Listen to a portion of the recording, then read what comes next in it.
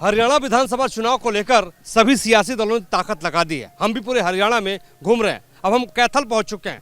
कैथल, अगर हम महाभारत काल की बात करें तो युधिष्ठिर ने इसकी स्थापना की थी।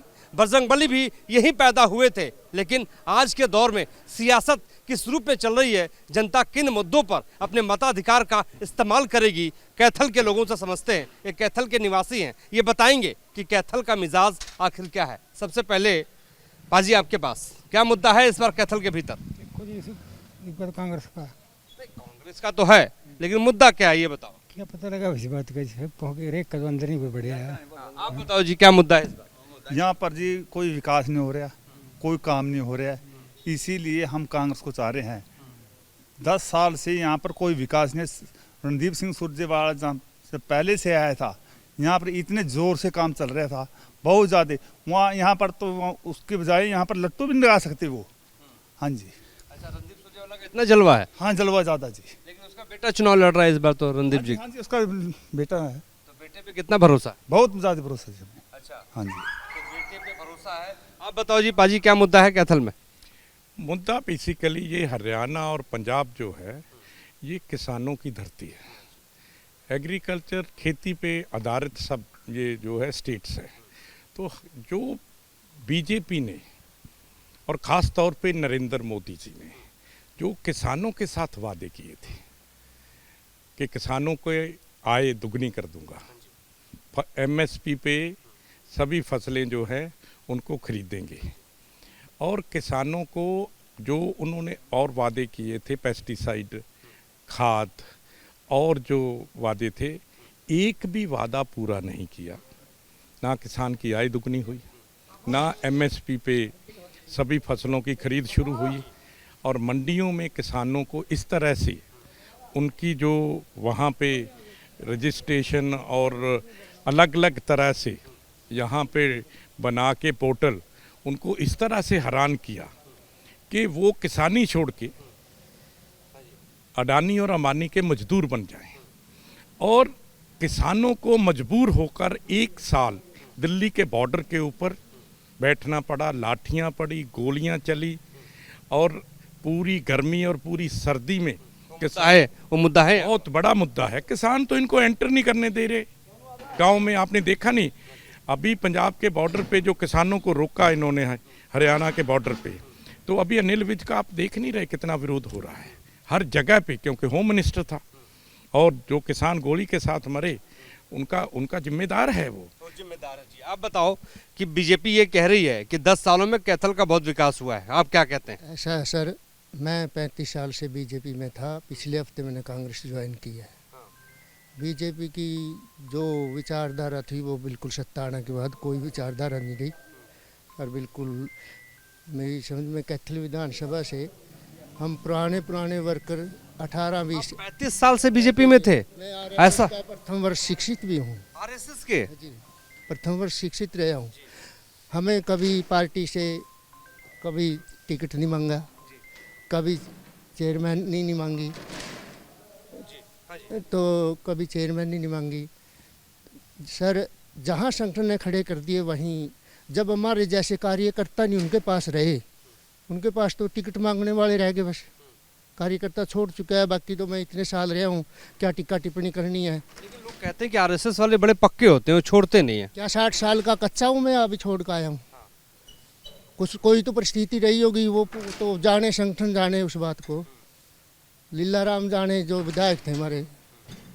तो ज़्यादा ना कहते हुए बहुत कुछ अर्सा हो जाता है, टिक्का टिप्पणी भी ठीक नहीं है। बिल्कुल, आप खुल के बात कीजिए, क्योंकि अगर आपने इतना बड़ा कदम उठाया है ना, लोकतंत्र को लेके आपने कदम उठाया है, कैथल के विकास को लेके उठाया। अभी आज गुरजंट सिंह आ रहे थे, सरदार गुरजंट सिंह, वो 30 साल मेरे साथ काम करे हमने इकट्ठे। वो आज पार्टी छोड़ के भी आज ज्वाइन करी है उन्होंने। गुरजंट ने मेरे साथ ही तो काम किया था उसने। हाँ, इतने पुराने जो स्तंभ रहे हैं पार्टी। 10 साल में बीजेपी ने कुछ भी नहीं किया, ये कहना आप? ऐसा है सर, बिल्कुल ना करो, लेकिन कार्यकर्ता का मान सम्मान तो रखो। कार्यकर्ता का सम्मान नहीं हुआ? हाँ, बिल्कुल नहीं हुआ। आप बताओ क्या मुद्दा है कैथल में, क्या चाहते हैं?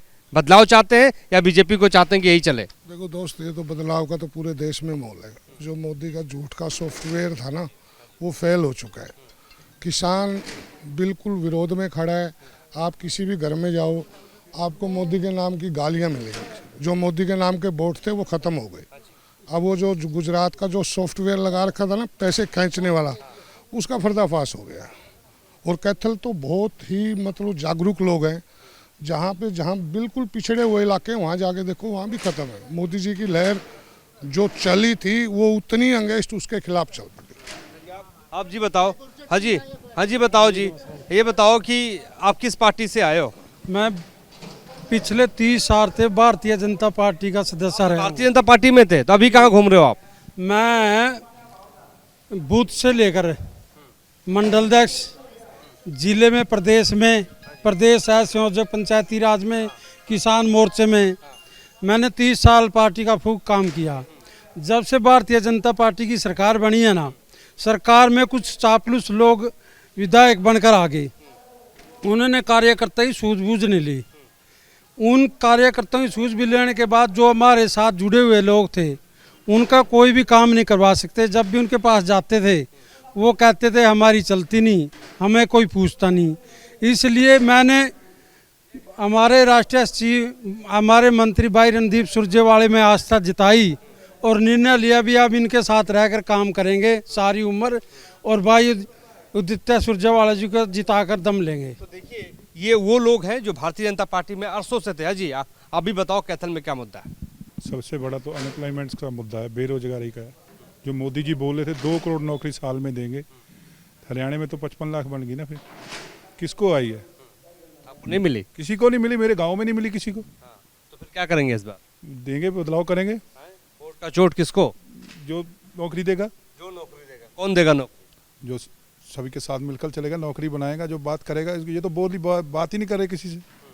जो नौकरी देगा जनता उसके साथ, जो इनका साथ देगा जनता उसके साथ। इस वक्त हम कैथल का मिजाज समझ रहे थे, कैथल के मिजाज को टटोलने की कोशिश कर रहे थे कि लोग क्या सोच रहे हैं और किस मुद्दे पर करेंगे वोट का चोट। तो क्या मुद्दे हैं हम समझते हैं हरियाणा के अंदर। सबसे पहले मैं आपसे बात करूंगा, ये बताइए क्या मुद्दा है इस बार चुनाव में? चुनाव मुद्दा एवरेज चल रहा है। कौन आ रहा है, कौन जा रहा है? कौन आ रहा जा रहा, तो रात आए हुए थे, खट्टर आए थे पंजाबी धर्मशाला पे, और जो खड़े हुए हैं इलेक्शन में हमारे MLM। लेकिन सवाल ये है कि बीजेपी आ रही है या जा रही है? देखो जी, बराबर बराबर इस समय कंपटीशन है। कुछ भी हो सकता है, इस समय कंपटीशन है। कंपटीशन है जी। आप बताओ जी, बीजेपी आ रही है जा रही है? आप बताइए, बीजेपी आ रही है जा रही है? जा रही है। क्यों जा रही है? उसके कर्तव्य ऐसे हैं, 5 साल करे कुछ नहीं सिवाय डंडे मारने के लोगों को। अच्छा, आप बताइए जी, बीजेपी आ रही है कि जा रही है? अरे आप भी बता दो, एक ही बात। और ताऊ है, उनसे भी बात कर लेते हैं। आप बताओ क्या माहौल लग रहा है इस बार? माहौल क्या लग रहा है? ठीक है, माहौल ठीक है। आपका माहौल ठीक है? हाँ, ठीक है। और बीजेपी का? बराबर है, कांग्रेस का जोर ज्यादा हो रहा है। कांग्रेस का जोर। आप बताओ जी, किसका माहौल चल रहा है? माहौल की के पूछे है भाई, माहौल तो जमा एक के तरफा पड़ा है। 60-65 सीट आऊंगी कांग्रेस की, 65 सीट आऊंगी। तो देखिए, आपसे भी बात कर लेते हैं, आप भी बताइए क्या माहौल है इस बार, कौन आगे कौन पीछे? करनाल की पूछ रहे हो ऑल ओवर? हम पूछ रहे हैं कि ऑल ओवर बताओ। ऑल ओवर कांग्रेस एक तरफा माहौल है। तो एक तरफा माहौल है कांग्रेस का, इनका ये कहना है। लेकिन कुछ लोगों का ये भी कहना है कि बराबर का मामला है, कांटे का टक्कर है। हमारे सहयोगी विकास कुमार राय के साथ Mohit Raj Dubey, news Kaithal. News nation अब व्हाट्सएप पर खबरों के ताजा अपडेट के लिए न्यूज नेशन के इस QR कोड को स्कैन करें।